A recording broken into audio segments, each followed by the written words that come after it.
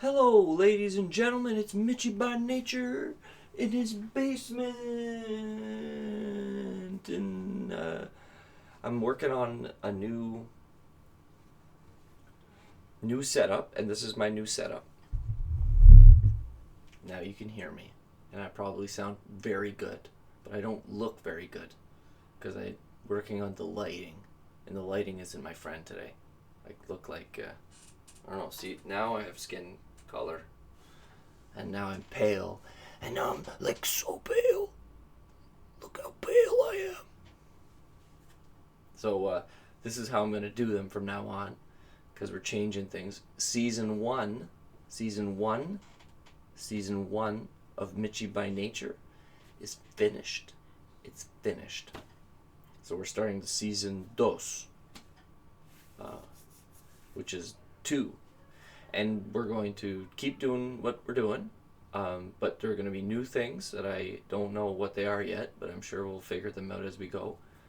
And I'm referring to we because I'm getting help now. I'm being helped.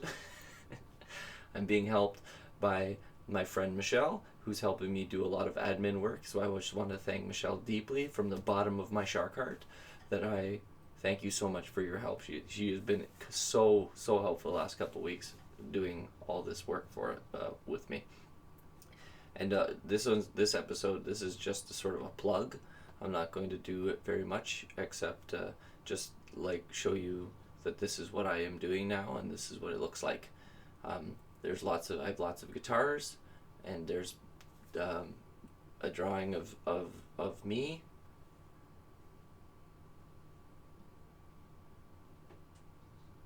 This is really hard to do. Okay, there we go. That's a drawing of me that Jack drew for me. And as you can see, this is where I'm going to be doing it. We're going to be doing the Mitchy. I don't know if I can do the Mitchy by Mondays because I need Instagram, but the podcast episodes will be here. Oh yeah, so I'm going to be uploading content to the YouTube channel Mitchy by Nature, which you can follow, and I'm going to be putting stuff there. There's going to be recorded stuff, audio stuff put on for the podcast, and then there's the Facebook Mitchy by Nature, so that you can keep up to date there. So we're just going to be creating content. That's what we're going to be doing, not for content's sake, but for the mental well-being of humans everywhere. Because I think the world's gonna get a little bit more chaotic in the next little while, in the next few years. I don't think it's gonna be as good as it was. I think it's gonna get worse before it gets better, and so we need to be in the moment. Okay, being in the moment is not like escapism. It's the opposite of escapism. Escapism is not being in the moment. You might say like, but Mitch, what am I going to do? I got a plan and I got to work, and when am I going to fit in being in the moment? I don't know. Pick your moment. It's your moment, whenever you want, any moment you want. I'm not saying you have to be in every moment. I'm not saying that you have to be in every single moment. I'm asking you to be present in the moments, as many moments as you can be present in. There's 2 things you have to understand. The first thing is, when you're in the moment, you're unconsciously gathering a tremendous amount of information. That is not conscious. It's not conscious. It's not in aren't aware of it. That's why it's unconscious, because it's invisible to you. So when you're in the moment, even if you're not in the moment, but that's something else we have to talk about. If you're in the moment, you're present with the experience. You have to trust your body to know what to do. That's really important. And this isn't a training thing. Of course, like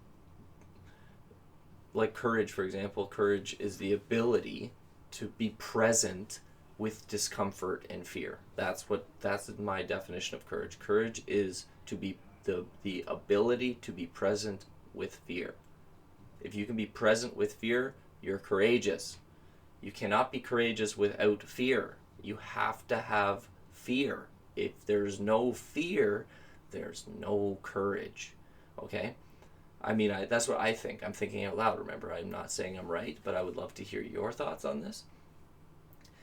So when you're in the moment, you have to trust your body to gather information. Because you can, like, when you study, a lot of people like to study with music on the background. Why do they like to do that? Because it makes things feel better. Music often makes you feel better. Because when you're studying, like when you're sitting in a chair and reading a textbook or whatever, or a slide on the internet or the screen, you don't, it's uncomfortable. Like, humans aren't supposed to do that. Excuse me for yawning. We're not supposed to sit and, like, read for hours and hours and hours. So we put music on to make things better, right? What we aren't aware of, actually, when you're studying, you're in an environment that's very, like, unnatural, and you might be focused on the content, right? The content of you're studying for your exam or whatever. And you're focused on the content. The content is not easy to absorb, because and I think this is why, because it's so focused. Like, you're not gathering information. It's like, for example, last winter I tried to do, like, a microeconomics course from Ryerson, and I didn't finish it because the accounting was, like, insanely rigid. And I can understand why, because you need to be, everything needs to be put in its place. When you're doing your accounting, you need to put everything in its proper place, because if you don't, then your accounting is not going to accurately demonstrate to you what financial situation you're in. And there's a lot of corruption in accounting, because you can fudge numbers, right? People go to prison for years for doing that. So I'm doing this course, and it's so rigid. It's so fucking rigid that I can't do it. I just can't. And I threw up my arms, and I was like, fuck this shit. And it was because there was nothing about the information that I was gathering that was helping me. There wasn't a single thing that was helping me. So I needed to get involved, so to speak. And then I started to do my own accounting. Instead of learning how to do accounting for some fake company that has a bunch of equity and intangibles and assets, and it's just totally disconnected from me. I did my own accounting, and it makes all the sense in the world, because I can see its relevance in my day-to-day. I have an emotional investment in learning the accounting because it has something to do with my life. When we are engaged with reality, we learn. Education is not reality. Education is not reality. I'm not saying everybody learns the same way, but think about this, right? When something matters to you, you don't forget it. So if you don't forget it, then it's in you. You've absorbed it, and it has utility, right? But if something doesn't matter to you, you're probably going to forget it, right? And forcing you to, like, study, forcing you to learn something that you don't care about isn't going to make it easier. It probably makes it harder to learn, and it makes you frustrated. And I know education, the school systems they're not built well. I just caught myself because I was going to make a claim about something I don't really know, because I'm not a teacher.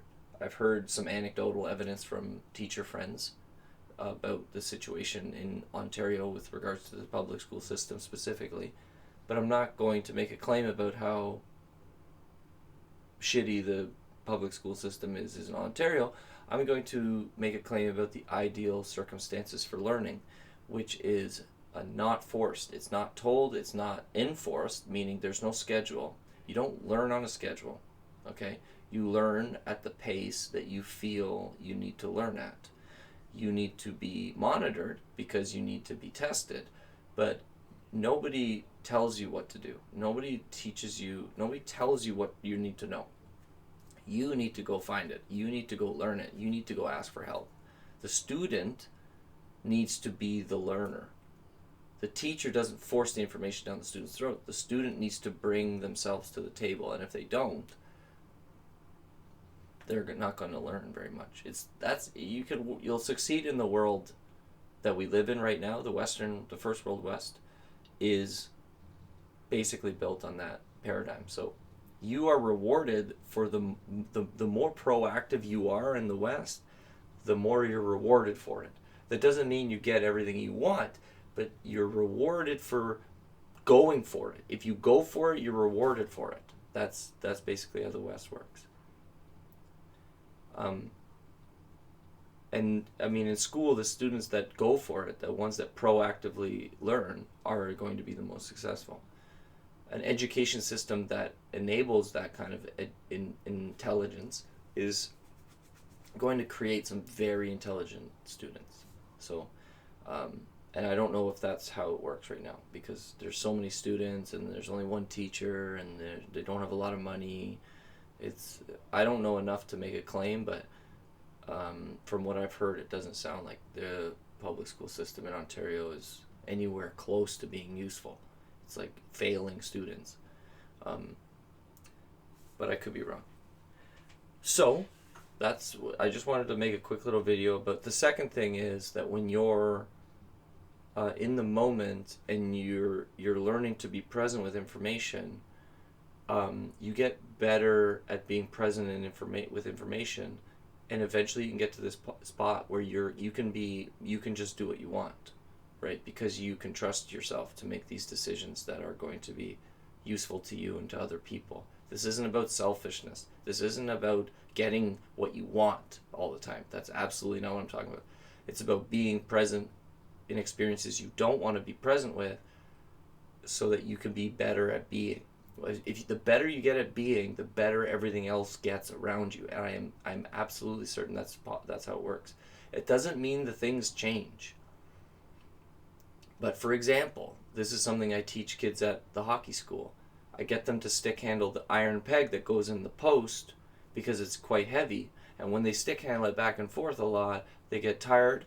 And then I give them a black puck, which is only, I don't know how, 16 ounces or whatever. It's so light for them. It's amazing. They all smile. They all smile because they can't believe how light the puck is. But the puck didn't lose any weight. The puck is the same weight, 16 ounces. That's how much the puck weighs, or whatever it is, 8 ounces, 16, I don't know. It weighs that much. That didn't change. So what changed? The student's strength changed. The student's musculature changed. The student got used to using the peg, so that when it went to a lighter object, it was so much easier to move around, right? You can condition your body to be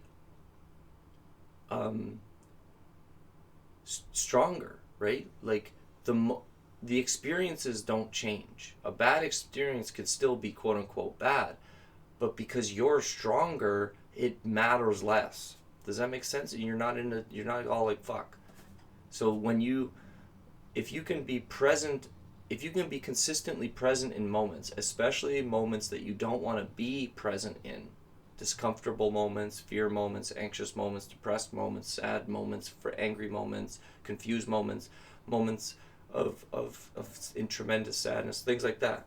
If you can be present there, and that means not identifying with any solutions to the problems, but rather just experiencing what's happening, you will get better at being, so that the next time you're in an uncomfortable position, it will be less uncomfortable.